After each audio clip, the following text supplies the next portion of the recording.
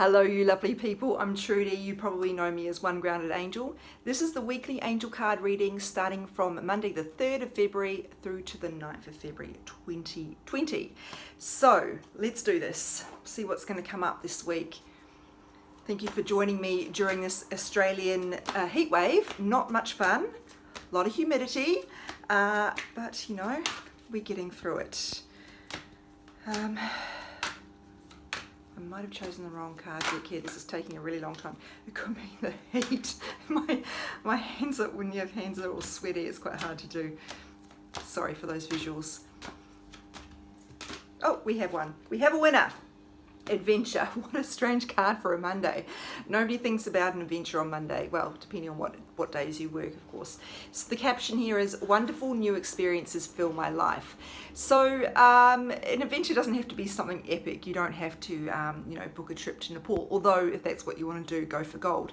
How can you find more adventure in your day? Taking a different route to work, maybe choosing to be okay with not knowing how things are going to turn out, seeing life as an adventure rather than trying to overly control outcomes and hold on rigidly to how you think things should be. You guys know the word should is one of my least favorite words. Being open to new experiences, and look, it could be epic if you want it to be, but if that's not within your means, you've got to make this work for you within your circumstances. I do like that idea of like seeing life as an adventure, because look, if you're going through a lot of challenges, that's not going to be easy to do. And I'm not trying to take away from, how crappy things might be. It's just a different perspective can maybe lighten things up a little bit. It doesn't mean that, pretending everything's wonderful. Just trying to maybe recognize where the universe is maybe trying to show you something and open you up a little bit. Tuesday's card is miracles. I really love the colors on this card. That's not what you care about probably. So the idea of miracles is bandied about a lot. Essentially it means believing in things you cannot yet see or which do not seem likely. So there's a number of ways this could be showing up for you. It could literally be about a miracle if things are looking really badly in terms of, I don't know, I can't even think of an example actually, but if you're really aiming for something which just seems crazy or ridiculous, but you have a gut feeling that it's right and it's going to happen and it's worth fighting for, maybe this will encourage you on that. Could be something more low grade in your everyday life. Perhaps if you're being a bit cynical about, I'm not going to apply for that promotion at work because they only ever hire people who've been there for X amount of time and I haven't. Maybe trying to, I guess similar to that Monday card, be open to things maybe working out differently to what you might expect and holding on to hope really. It doesn't mean things are necessarily going to work out, but it doesn't mean just making sure you're not closing yourself off to possibility, because when we're trying to live a very small life where we're trying to control outcomes and we're only believing in things that seem, that where there's, a lot of evidence for them, we're really living a life that is closed off a lot to what the universe can provide us. There are so many things that happen that we just can't explain. Wednesday, I have two cards here, both quite different, but perhaps related. This card, Athena, is sort of a solar plexus chakra message for those of you who know your chakras. It is safe for you to be powerful. You know how to be powerful in a loving way that benefits others as well as yourself. The thing I often talk about with power is it's got a bad reputation that it doesn't deserve. We see power as something that corrupts, something that is used to manipulate, something, really dark in a way. And it's true, it can be those things, but that's not in a spiritual context what we're talking about. We're talking about power in terms of us taking control of our lives, taking charge of our lives, us being active in the direction of our lives instead of being passive, and giving our power to others. So it's asking you to see power as a positive thing and reminding you do have a lot of power. So you can do that without being harmful to other people. This card, Maya, or Maya, depending on how you say it, is about education. It's encouraging you to do more education. That could range from formal, perhaps if you've been thinking about enrolling in university, right through to lower grade stuff. If you've seen a workshop, a weekend workshop that's maybe taken your fancy, maybe this is your go ahead to go do it. So I mean, I guess if you put these two together, you could be, if you are deliberating on doing something in terms of your education, or perhaps training to become an educator yourself, maybe this is letting you know you've got the power to do that, and not to let cynics or fear of failure stop you from doing so. Or perhaps you need a bit more education to help you get to that point of feeling like it's safe for you to have your power, to stand in your power. A lot of the work I do with many of my energy healing clients is about clearing some of the limiting beliefs they might have about power, and in particular in the context of when they've been in relationships where they've given away their power. So Thursday, happy, and it is indeed a very jubilant image on here, although there are balloons, and as much as I love balloons, they're obviously not good for the planet, so feel free to sub in your own environmentally friendly happy symbol there. So this could be asking you to, and we've had a number of messages about this recently actually, about finding more joy, or cultivating is a better word, we don't just find joy, cultivating more joy in your everyday life. Or it could be about asking you to try and look at the positive things that are happening. I often talk about looking at the donut, not the hole. Yes, there are things that are not so great, but there will be many things in your life that are actually pretty cool. So maybe if you could try to spend some more time looking at those, not overlooking what are the challenges and what am I afraid of, what work do I need to do, what am I feeling right now, but trying to express gratitude for the things that you are happy about or that are good, celebrating those, honoring them, making time for them. That helps shift the energy around you so you don't get really pulled into that darker place. And we know that what we focus our attention on the majority of the time is what we tend to attract more of. So it can certainly help change that flow of energy that is coming your way. So, and that's a huge way of using your power actually. You have the power to choose your mindset. I know this can be easier said than done, but it is definitely something to work on depending on your circumstances. This is Friday, heart chakra. I mentioned chakras already, I didn't give you any context. Chakras are energy centers in your energy field, which is the kind of bubble or the aura, if you like, of energy that's sort of around you and kind of within you as well. And it carries wounds from where we've been hurt before, or where we've developed fears.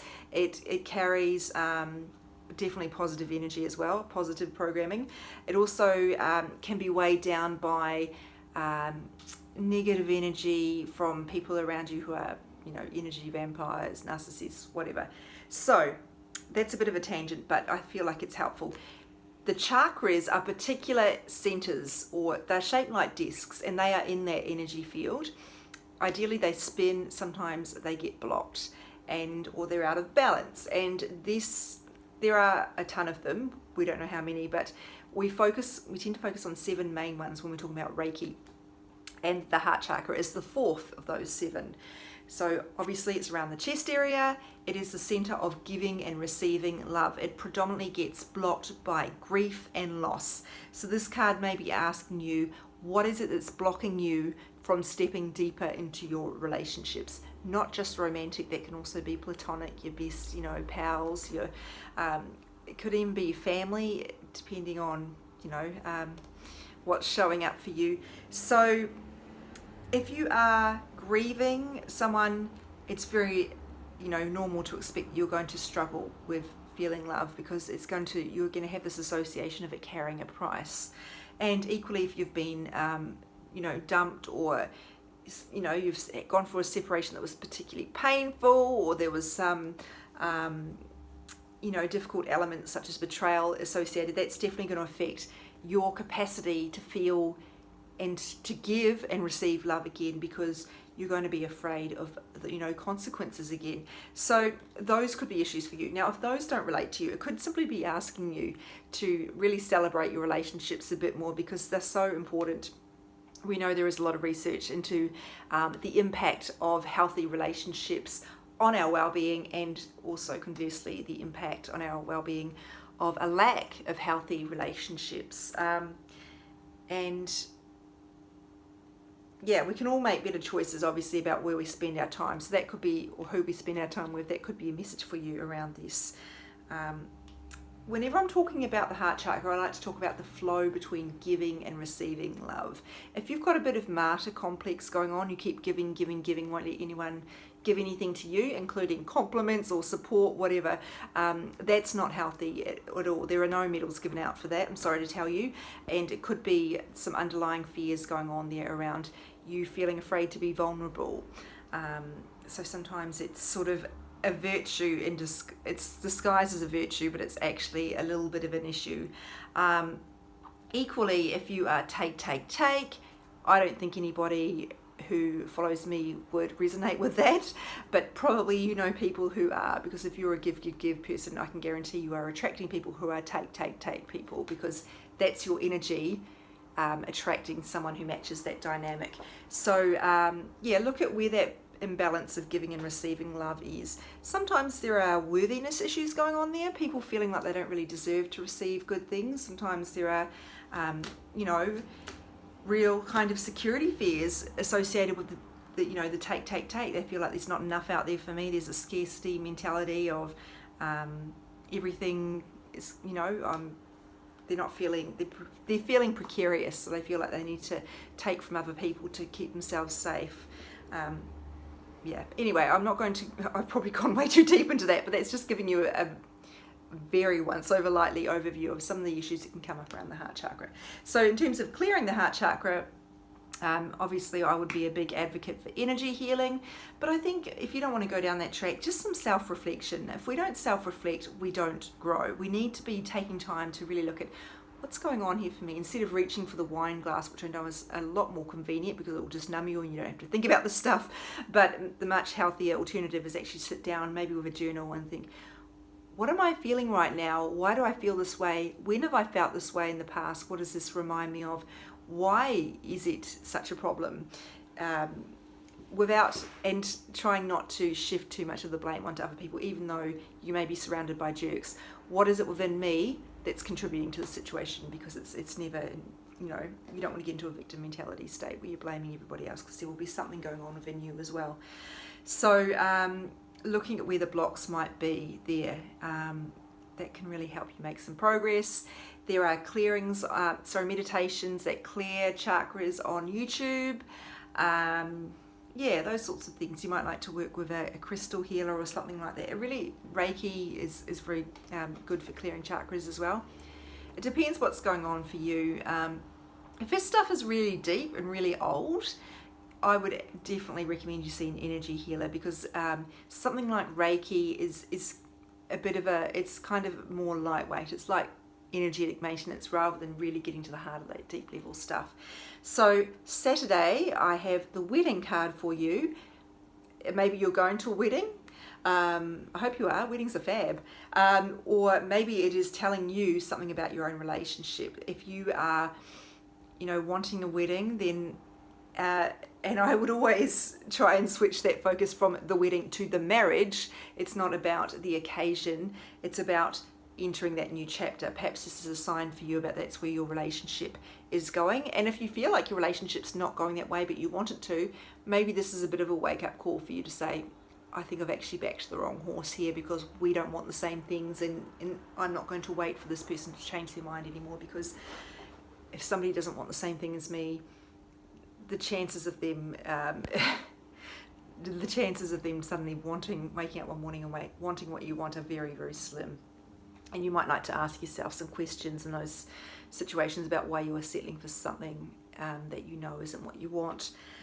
If you are married, this might be asking you to work a bit more on your marriage, because as we know, it is a long-term situation that keeps needing an investment of your time and energy. It is not a case of getting married, the hard work is done, unfortunately. So here's a good quote here. Marriage is a union of two souls joined in love, mutual respect and commitment. So perhaps one of those is not quite in balance at the moment. Maybe you haven't been showing how much you actually do respect your partner through actions, because actions are what matters. It signifies a desire to deepen love over time. So ideally, when you think about relationships getting closer, going to, to new levels all the time throughout the duration, however long they may last. And just to clarify, longevity is not the barometer of a healthy, a successful relationship. So please, if your marriage has ended, it does not mean you have failed. It just means the relationship served its time. We don't know how long relationships are going to last when we get into it. When we're promising to love someone forever, it's really optimism. We don't know.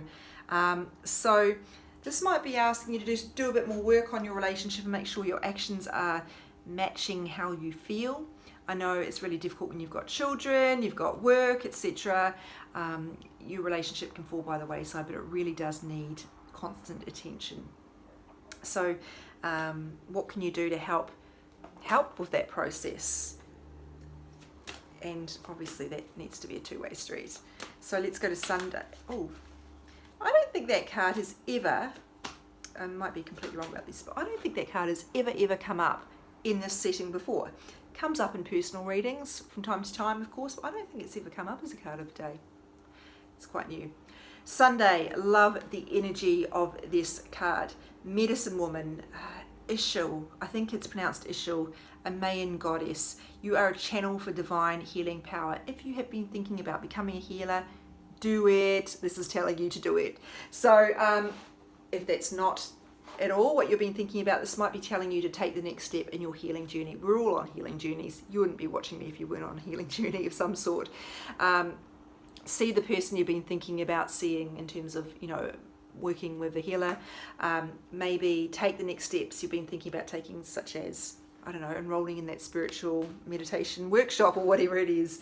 And really, at the heart, this card is about trusting your intuition on where it's guiding you to go next. Perhaps it's not about spirituality. Perhaps it's just about something you need to do within yourself to heal, whatever's going on for you. Maybe it's about working with a psychologist to heal your relationship with food so you can finally be at peace with, I don't know, with your eating. I'm just throwing out random examples here. Maybe it's about finally, and if that's an issue for you, maybe throwing out your scales once and for all. Following the steps you are being guided to take for your own healing. That's probably the best way to sum that up. So, I don't know how to sum these all up. They're all over the shop. I mean, in some ways this power one is kind of significant. It's telling us all these ways we can take charge of our lives, particularly with that healing one there, and about healing the heart chakra is certainly significant. So I do think there is some relationship energy here coming through.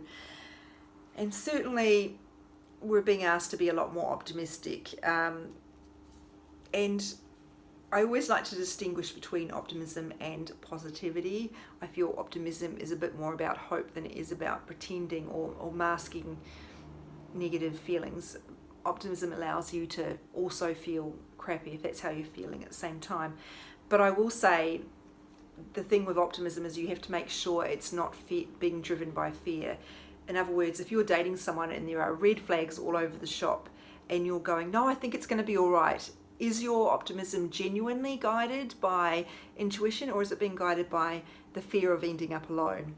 So that might be a bit dark, but it's just something to think about with your optimism, making sure it is divinely guided. There's reason for me to have hope in this. I feel like I feel like we're going to get this house that we're going for, or is it just I need to get this, and so I'm going to just cling on to it, this goal with everything I've got. That's a bit. What I'm talking about here is a bit similar to Saturday's card, which was detached from your goals.